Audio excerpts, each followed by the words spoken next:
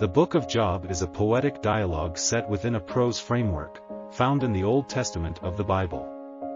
It tells the story of a man named Job who experiences intense suffering and loss, testing his character and faith in God.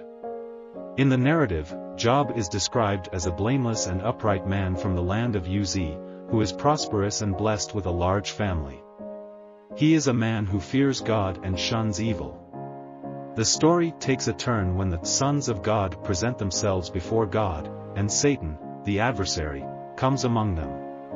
God boasts to Satan about Job's goodness, but Satan argues that Job is only good because God has blessed him abundantly.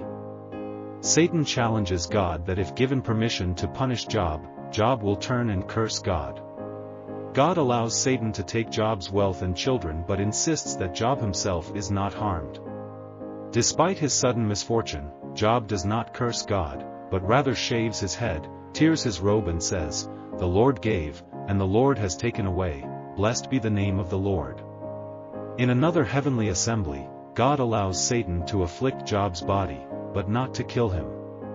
Job is struck with painful sores from the soles of his feet to the crown of his head. Job's wife prompts him to curse God and die, but Job refuses, saying, "Shall we receive good at the hand of God, and shall we not receive evil?" Job's 3 friends, Eliphaz, Bildad, and Zophar, come to visit him, intending to comfort him.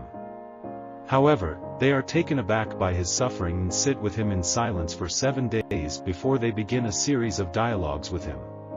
Each of these friends offers explanations for Job's suffering, generally suggesting that he must be being punished for some hidden sin.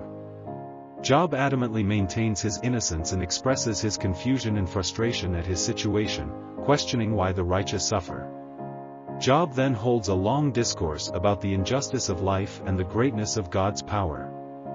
He wishes to plead his case before God. Elihu, a younger friend who has been silent until now, then speaks up, defending God's justice and arguing that God uses suffering for our benefit, even if we can't understand his reasons. Finally, God speaks to Job from a whirlwind, but not in answer to Job's questions about suffering. Instead, God questions Job, pointing to the wonders of creation and his own transcendent wisdom and power. He does not provide a direct answer about why Job is suffering. Challenged by God's questioning and humbled, Job repents for his ignorance and concedes that God's ways are beyond human understanding. Following this, God rebukes Job's 3 friends for their false accusations and instructs them to make a burnt offering. Job, as a true servant of God, is told to pray for them. God then restores Job's health, providing him with twice as much property as before, new children, and an extremely long life. Job's fortunes are not just restored, they are doubled. Job goes on to live a long and prosperous life and dies an old man, full of days. The Book of Job is profound and explores deep questions about human suffering, the relationship between God and man, and how we should live in a world where innocent people often suffer. While it does not provide clear-cut answers, it grapples with these questions seriously and reverently.